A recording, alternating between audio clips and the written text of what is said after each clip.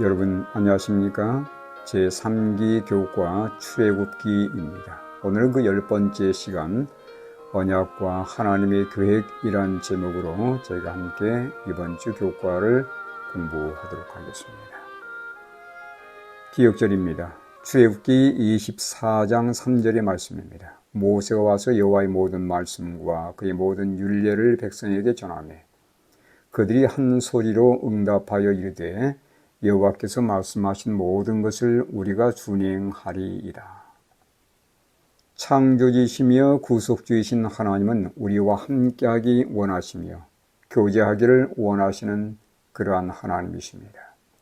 우리에게 요구되는 것은 그분과 함께하며 교제하고자 시간을 내는 것인데 그것은 말씀을 읽고 기도하며 그분의 사랑을 증거하는 것입니다. 우리가 하나님을 사랑하게 되면 그분과 함께 하길 원할 것이고 그분께 전적으로 순종하게 될 것입니다. 일요일입니다. 언약서와 피. 언약서를 읽는 것과 피를 뿌리는 것은 언약을 비준하는 데 어떤 역할을 할까요? 출애굽기 24장 7절로 8절의 말씀입니다. 언약서를 가져다가 백성에게 낭독하여 듣게 하니 그들이 이르되 여호와의 모든 말씀을 우리가 준행하리이다. 모세가 그 피를 가지고 백성에게 뿌리며 이르되 이는 여호와께서 이 모든 말씀에 대하여 너희와 세우신 언약의 피니라. 하나님의 최대의 관심은 사람입니다. 하나님은 사람들과 사랑의 끈끈한 관계를 맺기 원하십니다. 창조 당시 마련해 주신 두 제도, 안식일과 결혼 제도 역시 관계를 위한 것이었습니다. 안식일은 하나님과 맺는 수직적인 관계, 결혼은 사람 상호 간의 수평적 관계를 위해 제공되었습니다. 시내산에서 언약을 비준한 것 역시 하나님의 그분의 백성들과의 관계를 강화하기 위한 목적이었습니다. 백성들은 두 번이나 하나님의 계명에 순종할 것을 선언했습니다. 여호와께서 말씀하신 모든 것을 우리가 준행하리이다. 여호와의 모든 말씀을 우리가 준행하리이다. 그런데 순종을 서약하는 순간 그들은 자신들의 나약함과 능력의 한계를 깨닫지 못하고 이렇게 서약을 한 것이죠. 모세는 희생제물의 피를 절반은 제단에 나머지 절반은 백성들에게 뿌렸습니다. 언약의 피가 백성들에게 뿌려진 것은 오직 그리스도의 보혈 공로를 통해서만 백성들이 하나님의 계명을 순종할 수 있음을 나타내는 것이었습니다. 고대 국가들 사이에서도 피로서 언약을 맺는 관습이 있었는데 피 뿌림을 통해 양측은 언약을 깨뜨리면 자신들이 희생제물의 운명이 될 것을 엄숙하게 다짐하게 된 것입니다. 우리에게는 타고난 악으로 기우는 성향이 있습니다. 선을 위해서는 외부로부터의 도움이 전적으로 필요합니다. 이 도움은 위로부터 하나님의 은혜의 능력으로부터 그분의 말씀으로부터 그리고 성령으로부터 옵니다. 이 모든 특권들에도 불구하고 악은 쉽게 다가오는 것을 경험합니다. 그래서 하나님과의 친밀한 관계, 사랑의 관계를 맺고 그분께 의지하는 것이 절대적으로 필요하다는 것을 깨닫게 되기를 바랍니다. 월요일 하나님을 보니 이스라엘 백성들에게 어떤 놀라운 경험이 주어졌습니까? 모세와 여기 영적인 지도자들이 하나님을 보았던 장면을 출애굽기 24장 9절에서 11절의 말씀에서 참고해 보시기 바랍니다. 언약을 체결한 후에 모세는 하나님의 지시에 따라 시내산에 올랐습니다. 그는 장로 70명 그리고 아론과 나답과 아비후 등 도합 73명과 함께 시내산에 올라가게 되었고 그들이 하나님을 보았다고 두 번이나 성경은 언급하고 있습니다. 그들이 하나님을 보았다는 것은 그분의 임재의 영광을 보았던 것이며 그들이 보았던 그 영광은 신성의 제2위 되시는 하나님의 아들 그리스도의 영광이었음을 영감의 글도 우리에게 말씀해 주고 있습니다. 고대의 계약을 체결한 후 함께 식사를 나누는 것은 신뢰와 교제의 회복에 대한 증거였습니다. 희생 제물의 피로 언약을 맺은 후 지도자들이 시내산에 올라 하나님을 뵙고 먹고 마셨다는 것은 하나님과 이스라엘 간의 신뢰와 교제가 회복되었고 하나로 연합되었음을 의미합니다. 그리스도께서 성만찬 예식에서 제자들과 잔을 나누고 함께 먹고 마셨던 것은 새 언약으로 말미암아 하나님과 성도 간의 교제가 온전히 회복되었고 하나님 안에서 모두가 하나 되었음을 의미합니다. 이 식사와 잔치는 하나님의 주최한 것이었고 이스라엘 지도자들은 그 영광에 참여하는 놀라운 특권을 누리게 된 것이죠. 안타깝게도 모세와 함께 산에 올라갔던, 그래서 먹고 마셨던 특권을 누렸던 자들 중에 죄에 빠져 생명을 잃은 자들도 있었습니다. 나답과 아비후가 바로 그들이었습니다.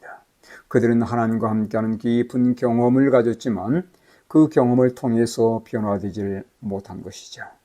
진리를 소유하고 거룩한 특권을 경험했다고 해서 그것이 결코 회심을 의미하는 것은 아닙니다.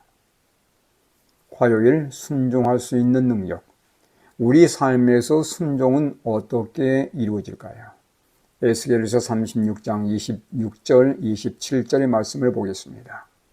또 새 영을 너희 속에 두고 새 마음을 너희에게 주되 너희 육신에서 굳은 마음을 제거하고 부드러운 마음을 줄 것이며 또 내 영을 너희 속에 두어 너희로 내 율례를 행하게 하리니 너희가 내 규례를 지켜 행할지라. 이스라엘은 세 차례에 걸쳐 하나님께 순종을 맹세했습니다. 여러분 성경절을 참고하십시오. 우리 인간이 연약하여 쉽게 무너지고 망가지지만 순종은 정말 중요합니다. 우리는 어떻게 하나님께 순종할 수 있을까요? 기쁜 소식은 하나님이 어떤 일을 명령하실 때는 그것을 행할 능력도 반드시 주신다는 것입니다. 물론 우리 안에는 그런 능력이 없기에 외부로부터 능력이 역사해야 되는데 이 능력은 곧 하나님의 능력입니다. 에스겔 선지자는 오직 하나님만이 돌 같은 마음, 거짓되고 부패한 마음을 부드럽고 깨끗한 마음으로 바꿀 수 있다고 분명히 증거해주고 있습니다. 품성 변화와 순종에 있어서 우리가 해야 할 일이 있습니다. 하나님께서 그분의 뜻대로 이루어 주시도록 내 자신을 그분께 맡기는 것입니다. 우리의 의지를 그분 편에 둘 때 우리가 할 수 없는 그것을 그분께서 이루어 주십니다. 그래서 바울처럼 우리 또한 이렇게 고백할 수 있는 것이죠. 내가 약한 그 때에 강함이라. 우리 안에 새 마음을 지으시는 분은 성령이십니다. 성령은 우리 안에 새 마음을 지으실 뿐 아니라 우리 안에 그분의 법을 기록해 주시고 우리로 하여금 그분의 법을 순종할 수 있게 해 주십니다. 에스겔 선지자는 또 내 영을 너희 속에 두으라고 말씀하며 에레미야 선지자는 그날 후에 내가 나의 법을 그들의 속에 두며 그들의 마음에 기록하여라고 말씀합니다.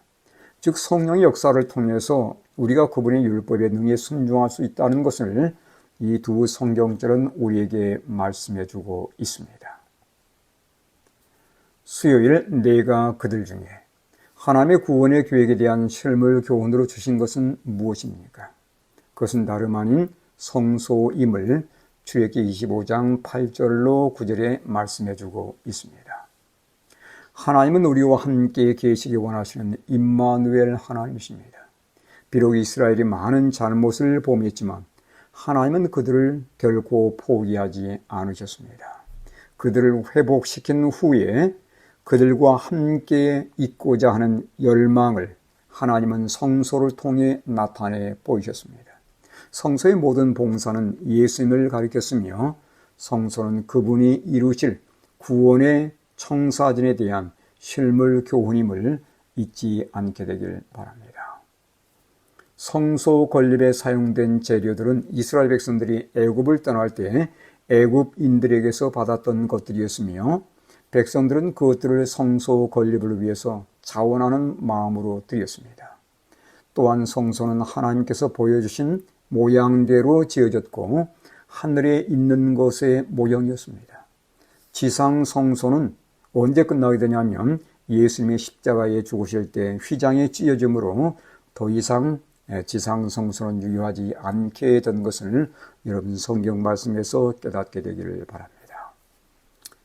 여러분 여기 그림을 보시면 성소의 구조인데 성소의 문은 동쪽으로 나 있고 성소는 성소 뜰과 성소 그리고 지성소 세 부분으로 구분되어 있는 것을 보게 됩니다. 먼저 성소 뜰에는 번제단과 물두멍이 있고 또 하나의 문을 통과해서 성소 안에 들어가게 되면 거기에는 떡상과 촛대 그리고 분향단이 놓여 있는 것을 보게 됩니다. 그리고 마지막 가장 거룩한 장소라고 일컫는 지성소에 들어가면 거기에 하나님의 율법이 들어있는 언약궤가 있고 언약궤의 뚜껑을 속죄소라 부르는데 그 양쪽에 거룩 천사가 놓여 있고 그 사이에 하나님의 임재의 영광이 빛나고 있는 것을 보게 됩니다. 이것이 바로 성소의 전반적인 구조라는 것을 여러분 기억하시면서 기회가 되시면 이 성소를 보다 더 깊이 연구해 보시기를 추천드립니다.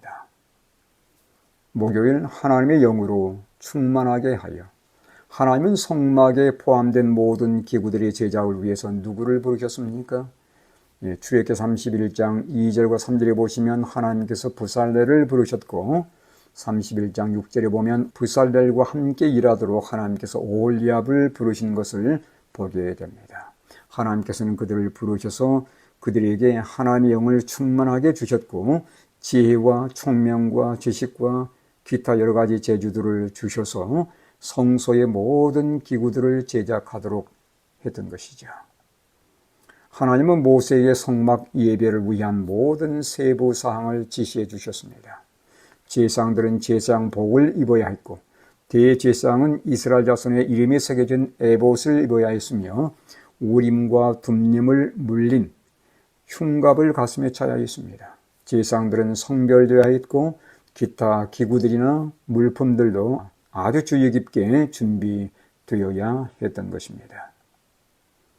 하나님의 영으로 충만하게 한다는 표현이 출애굽기 31장 3절에 처음으로 등장하는데 하나님은 부살렐과 그를 도울 오홀리압을 부르시고 그들을 하나님의 영으로 충만하게 하여 모세를 도와 성소의 기구들과 제사장 복장들을 제작하도록 하셨습니다. 이런 모든 창조적 활동과 함께 하나님은 다시 한번 안식일을 강조해 주셨습니다. 즉 성막을 건축하고 기구를 제작하는 중에도 안식일은 철저히 구분하라는 의미입니다. 특히 35장에서는 성막 건립에 관한 언급에 앞서서 안식일을 먼저 언급한 것도 이런 이유에서입니다. 모세는 안식일에 대해 언급하면서 거룩이란 말을 3번 반복해서 사용했습니다. 안식일은 다른 날과는 구별된 거룩한 날입니다. 거룩한 시간에 거룩한 장소에서 거룩한 하나님을 만나 예배하며 친교를 맺게 될 때에 우리 역시 거룩함을 입게 된다는 것을 꼭 기억하시고 안식일을 구분하여 하나님께 거룩한 날로 드릴 수 있기를 간절히 바랍니다. 이 모든 것을 지시하신 후 하나님은 그분의 가장 귀한 선물인 십계명을 모세에게 전달해 주셨습니다. 그것은 사랑의 하나님의 두 돌판에 친히 기록하신 것으로 하나님의 사랑의 성품을 반영하는 것이었습니다.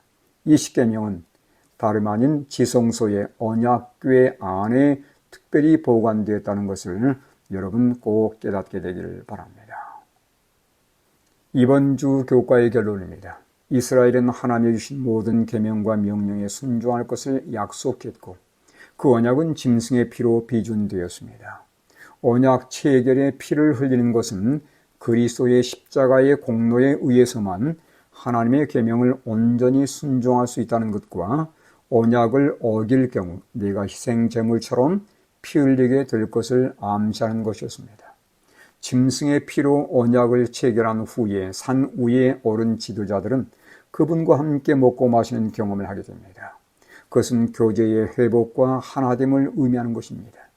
한편 에스겔은 성령을 통해서 부드러운 마음이 제공될 때 성령에 의해서 우리가 계명을 준수할 수 있다고 분명히 강조해 주었습니다. 성소는 임마누엘 하나님의 열망을 가장 잘 나타내는 구약의 실물 교훈입니다. 모세는 그가 보았던 하늘의 성소의 모형을 따라 성소를 건립하게 되었고 하나님은 성전 봉사를 위해 필요한 자세한 사항들을 말씀해 주셨으며 부살렐과 오홀리압을 부르셔서 그들에게 성령으로 충만하게 하셨고 그들로 성전과 그 안에 있는 모든 기구들을 제작하게 하였습니다. 성전 건립이 중대하고 거룩한 사업이었지만 하나님은 언제나 안식일이 최우선되어야 할 것도 말씀해 주셨습니다. 이번 주에도 이러한 성소의 모든 내막들을 마음속에 깊이 담으시고 하나님 안에서 그분을 전적으로 믿고 순종하시는 하나님의 남은 백성들 되시길 간절히 바라며 교과의 말씀을 마치겠습니다.